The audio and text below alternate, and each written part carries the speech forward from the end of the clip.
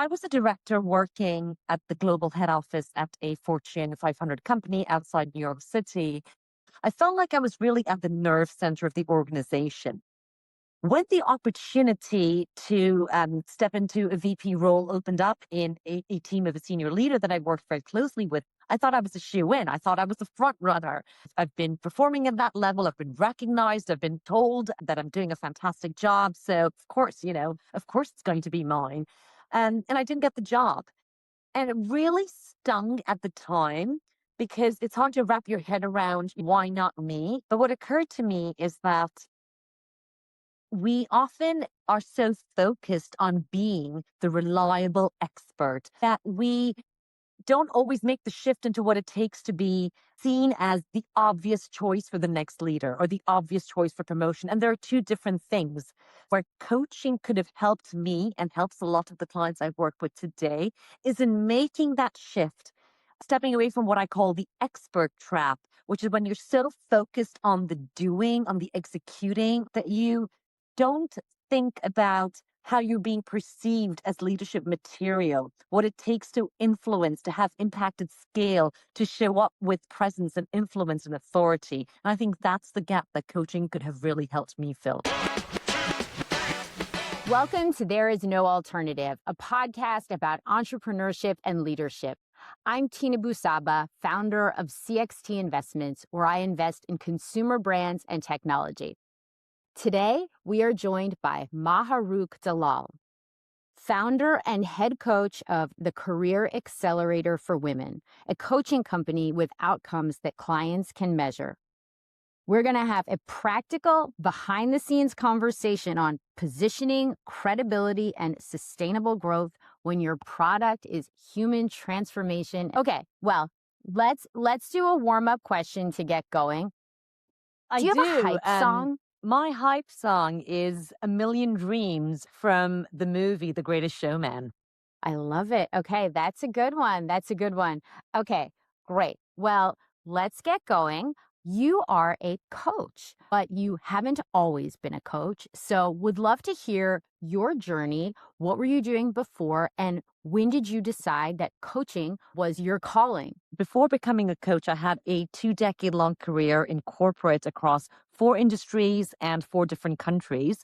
I worked in finance on Wall Street. I worked in hospitality. I was in consulting for a while, and I am now a coach. I've also worked around the globe from the US to Singapore, and now, as I mentioned, I'm in London. The inflection point for me in becoming a coach was when I was working at the last organization that I was involved with. I felt that I had values around freedom and impact that I really wanted to express more fully. And so I decided to step away and more intentionally design the second half of my career. So the inflection point was when I started working with a coach myself, a HBS alum, a few years ahead of us, Tina, and I decided that I wanted to be really intentional about shaping the next phase of my career. And so we started by creating a human Venn diagram. So the Ikigai process, which in Japanese means the reason for being. And so we created these 4 circles around what I love doing, what I'm good at, what the world needs, and what I can get paid for. And at the intersection of those 4 circles was when I had this light bulb moment that what I really want to do is help others achieve their goals and have the impact that I can now have by marrying together my 2 decades in corporate with the desire to help others in achieving their goals. I love that. So once you had that discovery, what were the first things that you did to get going with the business? Yeah, at first it was funny because in retrospect, I said, how many years of experience do I have? And I have, a Harvard Business School MBA, but why didn't I do this, the right way? But hey, we learn as we go. So the first thing I did was actually get trained as a coach.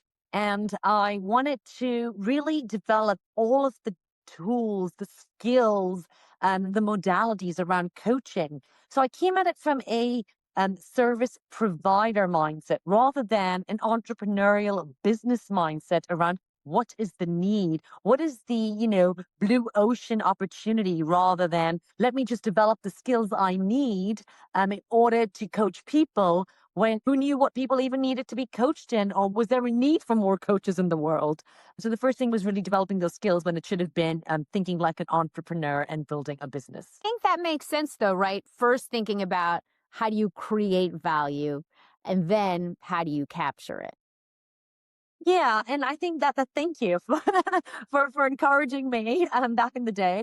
But I think if I had kind of been a little bit more perhaps balanced in the approach, if not being and doubling down so much so early on just becoming the coach and also being a little bit more, forward thinking in how do, what is involved in running a business? How does one create that demand generation engine? How do I then service these clients, etc.? I was so single-mindedly focused on making that pivot, on reinventing myself from, corporate leader to coach, that the business side of it just fell by the wayside.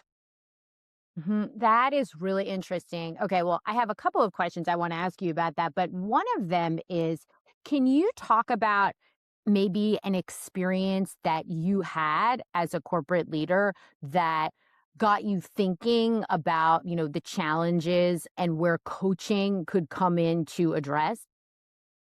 Yeah, absolutely. I've had many such. So I was a director working at the time at the global head office at a Fortune 500 company outside New York City. And I had high visibility in the organization.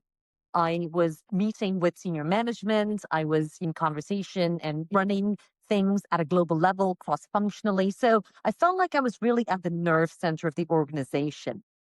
When the opportunity to step into a VP role opened up in a team of a senior leader that I worked very closely with, I thought I was a shoe in. I thought I was a front runner. I've been performing at that level. I've been recognized. I've been told that I'm doing a fantastic job. So of course, of course it's going to be mine. And I didn't get the job. And it really stung at the time because it's hard to wrap your head around why not me. Um, and I didn't have language for it then that I have now. But what occurred to me is that we often are so focused on being the reliable expert, the trusted person, that we don't always make the shift into what it takes to be seen as the obvious choice for the next leader or the obvious choice for promotion. And there are two different things. So I think to answer your question, where coaching could have helped me and helps a lot of the clients I've worked with today is in making that shift, stepping away from what I call the expert trap, which is when you're so focused on the doing, on the executing, on being the reliable person, on being the stalwart, the torch carrier, that you don't think about how you're being perceived as leadership material, what it takes to influence, to have impacted scale, to show up with presence and influence and authority. And I think that's the gap that coaching could have really helped me fill. That's really interesting. Okay. So tell us about what does an executive coach do? What is an executive coach? The best description I can share is the person that helps you get to from where you are today to where you want to go. And that can mean different things to different people. In my world and in my context, that helps leaders who are at a certain level today play bigger, show up differently so that they can achieve their next level of success, whether that's a promotion, whether that's the next leadership role inside or outside their organization, whether that's having more influence with their teams, showing up with more authority. So it's really closing that gap between the here and the future. What does that translate into tactically? It's about someone who can hold that big, bold, beautiful vision for your life, that can champion you along that journey, but equally someone who can hold you accountable to your goals, that can push back on you, that can challenge you and say, hey, you said that this is what you want to do, but what you're doing today and how you're showing up is not consistent with what you've just said are your goals. Or, you know, these are your values. but the decisions you're now making don't seem to, sync up with those. So it's being able to call you out for where you might be not acting in accordance with your goals and values, but also championing you and cheering you on in a collaborative, co-created space. That makes a ton of sense. How do you work with clients? I work with clients in a couple of different ways. I have a group coaching program called the Career Accelerator for Women. And think of that like a boot camp, right? Where you have a specific goal. Your objective may be, I want to lose a certain amount of weight at the end of this time frame, or I want to, be able to run 10K, or I want to whatever else fitness goals I might have. And so the Career Accelerator is built in a similar way, where there are very specific outcomes that my clients achieve around career advancement in a defined amount of time with the right support structure from me and a community of like-minded, ambitious professionals. The other way I work with clients is more bespoke. It's through one-to-one coaching for, mid to senior level corporate leaders that may perhaps want a little bit more bespoke of an approach to coaching, that may not want to do it as part of a community, that might have specific goals, that might have, for confidentiality reasons, the need to be at, in a more one-to-one environment. And I keep the same arc of coaching as we have in the Career Accelerator around the vision clarity path, the confidence cultivation journey, and accelerating your authority. But I do that with them one-on-one at a slightly different pace where it's a little bit of prefix and a little bit of a la carte so they can, take things at their own pace. How long will you typically work with clients? I typically work with clients for 6 to 12 months. Wow. Initially, our engagement is for 6 months. We meet on a biweekly basis, which is the right cadence because a lot of the growth and transformation happens between sessions. And so that's the right amount of time to go away, reflect, do some inquiry, do some, homework, put it in practice, and then come back, share learnings and takeaways. Almost always we continue way beyond those initial 6 months, because we continue to build on the momentum. The first 3 months is a lot about breakthroughs and insights. The next 3 months is about really betting in some of those new behaviors and pattern shifts. And then, the 6 months beyond that is continuing to just ensure that you have momentum, that these behaviors continue to set in. And as you well know, things change, right? What you think it's never one and done. And so I support them in evolving and growing to meet the challenges that they might be faced with in their organizations. So that then it becomes kind of more circumstantial and contextual to what's happening around them. And do you find that there are strong patterns in the types of professional challenges that your clients are dealing with, and what are they? Yeah, absolutely. And that's actually what gave birth to the Career Accelerator program. I didn't start out intending to be a coach for, women looking to rise in corporate. That I very quickly noticed pattern after pattern where like attracts like. So I was attracting, people like me that were ambitious high performers, but were stuck in being able to advance to the next level of their success, despite their strong results. So the pattern that I often see, Tina, is around the challenge of naming it and claiming it. And what I mean by that is naming the ambition, naming that next level role, naming the next step that you want in your career, and having a really clear vision for why you want that, right? Because that you have to align that with your goal for your life. So a lot of time is spent upfront dealing with the kind of the naming it and understanding the why. But then the second part is claiming, right? So don't just get really crystal clear on it and then keep it to yourself, but go out there and articulate your goals and your desire and your vision to the people who can help you get to that goal. And so claiming it is about removing any ambiguity that this is the goal. Tina wants to become, senior vice president of global sales for North America, and then being able to articulate, why that's important to you, evidence that you are, eminently qualified for that, and enrolling them. This is the most important part, enrolling them in their ability to help you get there. what do you think I need to do to get to this level over the next 6 to 12 months? So I think the pattern was around them working really hard and having excellent results. But to get to the next level, you have to signal clear ambition and be able to signpost to that, but also go out there and then develop that advocacy architecture to create, joint partnership and ownership in that path. Really, really interesting. So, okay, so question for you. What do you think makes a great executive coach?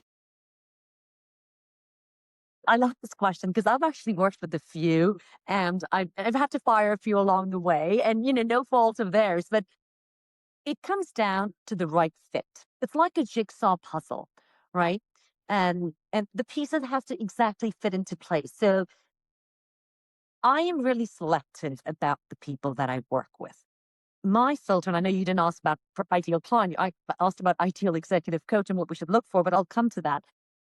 I think when a coach has really clear criteria of whom they want to work with and whom they can help, then you can self-select. So being decisive, being coachable, being resourceful are three of the things that I look for in my clients. And as a result, I'm the right coach for people that want to take action, that have a sense of urgency, that have a clear why and why now, right?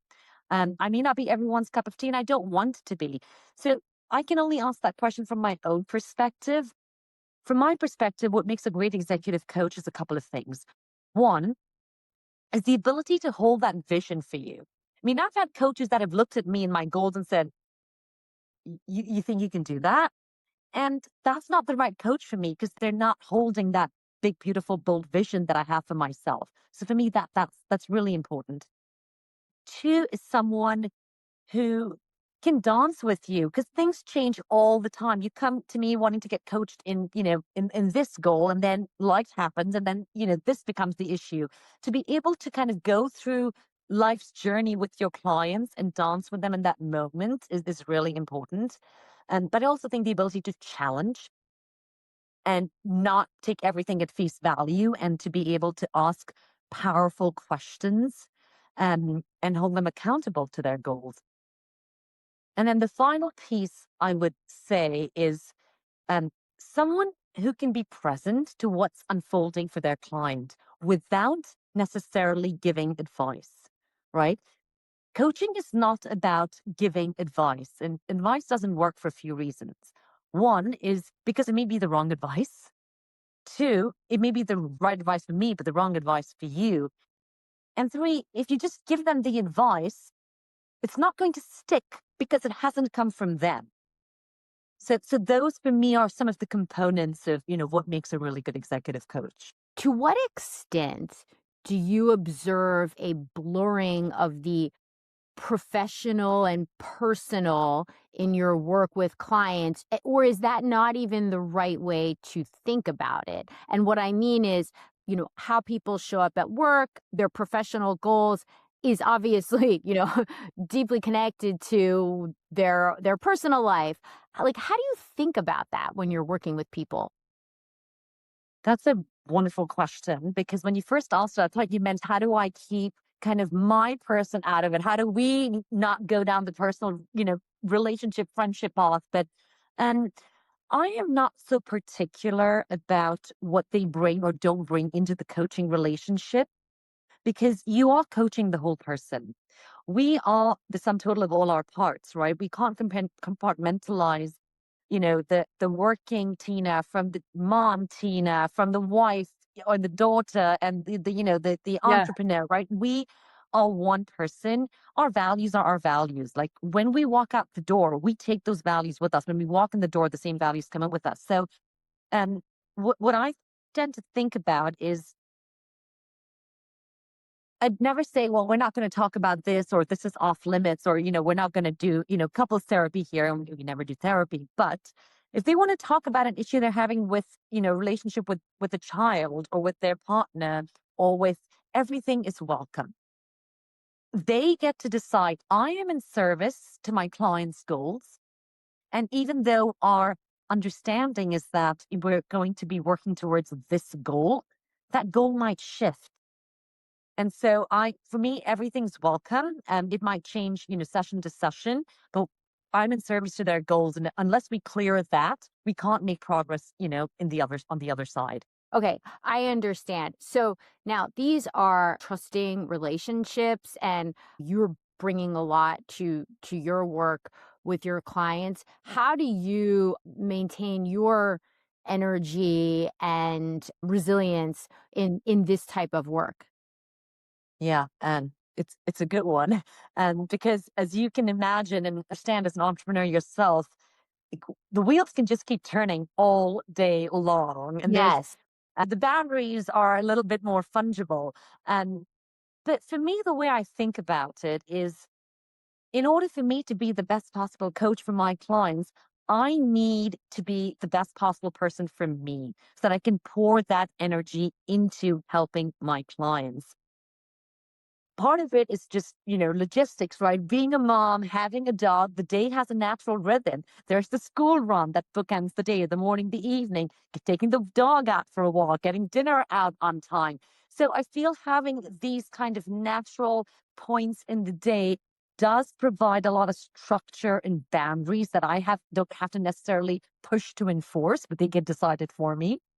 And but even when I don't have that necessarily, I think that I really believe in the concept of you need to slow down to speed up, right? If we're always going at 180 miles an hour, we're going to crash and burn.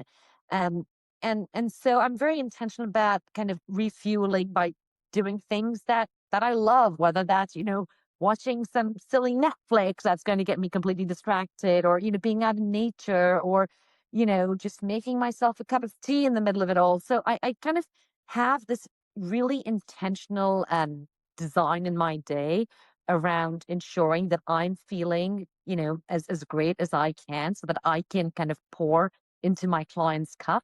And but it's hard to keep the mental wheels, stop spinning because I'm always looking to think about, how do I do this? How do I improve at this? And how do I pivot to that? And how do I level up on this? But I try not to necessarily let it impact me on the day to day. I can definitely relate to that. And I like your point around they're less fungible, like the lines when you're an entrepreneur, because there's always things you could be doing, always, more ideas. But so let's talk more about that. What have you found to be most effective in building your coaching business? Yeah, I think that as an entrepreneur, as you were saying, it's so easy to just get sucked into any which direction, right? Like you said, so many ideas. You can just be going down one rabbit hole after another. And so the lens that I try to have, or the filter I try to have, is, at the start of the day, asking myself one question, which is, what's going to move the needle today? Right? Because we can all get sucked into brand design, logos, and websites, and fonts and colors. And guess what? Nobody cares. Your clients are not choosing to work with you or buy from you because of your logo or your website, or it's about what you can do for them. I mean, that all can come later. I mean, it's lovely to have all of that, squared away. But if you spend 80% of time on that kind of stuff, which is easy to do as an entrepreneur, you're not actually moving the needle on bringing clients in the door and providing them a great service and continuing to generate business. So how have I found I'm able to do that? I think asking that question, what's going to move the needle, is one. Two is, how can I always be focused on building systems and structures? Because that's at the end of the day what entrepreneurship is. If you think you're going to become an entrepreneur and do that one thing you're good at it that you love doing, you're fooling yourself, right? I mean, coaching is probably, a small fraction of what I do as a business owner. And the rest of the time is on, building the systems that scale in order for the business to scale. And so thinking about, what is it that will allow me to move the needle from what I'm doing today to where I envision growing my business. And that was the question that made me create the Career Accelerator. That, you can't scale by doing one-to-one coaching alone because you're limited to one person and the number of hours in the day. But when you have a cohort-based program, that's a much more scalable model. And then to bring in IP, your intellectual property, and leverage technology and media to bring those learnings at scale is going to, that completely moved the needle for me. So I would say asking the question and then developing the systems and structures to deliver on that vision. So tell us about your IP, and I'm specifically referring to your claim framework, which is terrific. Thank you. I appreciate that. And I never set out trying to come up with a framework called claim, but I love the notion of claiming your seat at the table, which is part of, Yeah. the name it to claim it revelation that I had in looking back in my career. Um, so claim is essentially a framework of 5 steps, which is baked into my Career Accelerator program. And it's also part of the diagnostic that I do when clients are interested in working together. So the C is around clarity. And that's the starting point because unless you have clarity for the vision that you have for your life, nothing else is going to have any juice in it, right? So, starting with that vision, what do I want my life to look like 20, 30 years down the road? Very simply, where am I? Who am I with? What am I doing? Who's around me? And then from there, looking at the 12-month goal and saying, what do I want to be doing 12 months from now that is in alignment with that vision?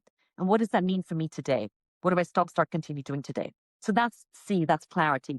L is liberation, which is a little broader in that this is about your internal operating system and understanding your thoughts, your beliefs, your self-talk, and how they're influencing how you're showing up in the world. What's your relationship with fear? How do you think about good fear versus bad fear, which is rumination? Are you playing big? Are you cultivating a bulletproof mindset? So it's about the tools and frameworks that allow you to play bigger in your life, right? Which is the common thread and pattern that I see across my clients, no matter what they've achieved in their life. The A is around accelerating your authority, which is building your personal brand statement.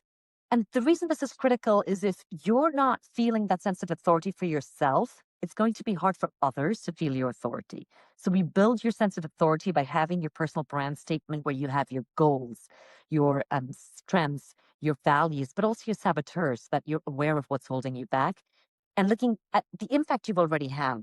So when you look at this personal brand statement of who you are and what you've done, you feel amazing because you have this clear blueprint of where you are and what you can continue to do for others. The I is influence, which is building your circle of influence. You don't need to go it alone. You can design a system of advocates, just like companies have, different committees on their board. They have the audit committee, the compensation committee, and the finance committee. As individuals, we can have these groups of people on our own personal board of directors. We can have sponsors and mentors and challengers or cheerleaders or allies. And it's about creating that system of influence and calling them by their roles so that you don't have to label them as a mentor or sponsor, but filling those kind of committees, right, with the right people so they can amplify your efforts. So they can say, I know what Tina can do. I've seen her at her best. This is what she can do for your company. You need to talk to her. Do you know who that person is for you? And if you don't, that's a body of work you can go out and do. And then N, which is mastery, is really around what I've alluded to earlier, which is the ability to ask for and advocate for what you want, right? The ability to say, I want to get to this role or I would like to have this position and making a case for it and not being afraid to negotiate, not being afraid to advocate for yourself, which is not a natural thing that we're trained or taught. Um, but it's just that kind of mastery. It's self mastery, but also the mastery of being able to ask and negotiate and advocate. So that's claim. Brilliant. Brilliant. So who should sign up for your Career Accelerator? Who is it for? Career Accelerator is for ambitious women who want to advance in their career and are at a mid to senior level in corporate. So directors, vice presidents, senior vice presidents, anyone who knows that they have more to give, that want to continue to rise and grow and meet and fulfill their potential. When you look at your business over, let's say, the next 5 years, what do you envision? That gets me very excited. I envision two things. I envision continuing to work increasingly with corporate, where I am, running corporate workshops and doing talks and keynote talks for companies. So doing more of that, but also becoming a speaker. So I'm actually working on a TEDx talk as we speak around the idea of how to do hard things and how that is something that is about designing your identity as someone who does hard things so that all the actions can follow. I love being able to have impact at scale. While I love the coaching one-to-one part of the business where I can have impact on an individual level, I also think that being able to do both, having that one-to-one impact, but also having impact at scale as a speaker is what's getting me really excited right now. And that's my vision for the future. I love that. And I love the idea of seeing oneself as someone who does hard things. Exactly. It's Exactly, beautiful. Tina. And yeah, that's something that, I've been kind of playing around with this idea of what does it take to do hard things? And most people think it's about willpower and motivation and that they have a discipline problem and I just need to push harder. It's about more effort. But actually, it's none of that because that is only you beating yourself up for not doing more, right? And that's just push factor. But when you can design your identity as someone that does the thing that you want to do, whatever that goal is, and envision yourself as that, all your actions align with that. You make decisions by what would the person who does this thing do? They would choose to do this, not that, right? And so your trade-offs become a lot easier because you're acting from the identity of someone who's achieving the goal that you've set out for yourself. That is so cool. Really, really, really powerful. I can see why I can see why people love working with you as a coach. And I can also see how having someone to keep you accountable for things, as an executive, having someone like you can be so impactful. Yeah, absolutely. It is a secret weapon. And I Hmm. say that from personal experience. I don't work with one coach. I work with a team of coaches for different aspects of, my business, my own personal growth. And I liken it to taking the slow, long, painful, winding country road versus driving on the highway. Like, why would you choose to meander down the slow, painful road and take your time? And who knows whether you're ever going to reach your destination versus you can have someone help you and keep you accountable and hold that vision for you and keep you going and show you the way, and you will get there. Beautiful, beautiful. Well, Maharukh, thank you so much. This has been an absolutely fantastic conversation. I'm going to ask you one fun parting question that I ask many of our guests. What is your desert island product, whether it's a wellness product, a beauty product, a favorite snack? What's your desert island item? This is a very easy one for me, and it's one I've been using since, HBS, and we're coming up on our 20-year reunion, so it's been by my side for 20 years. It's Smith's Rose Lip Balm. You know the little ones in the tin container?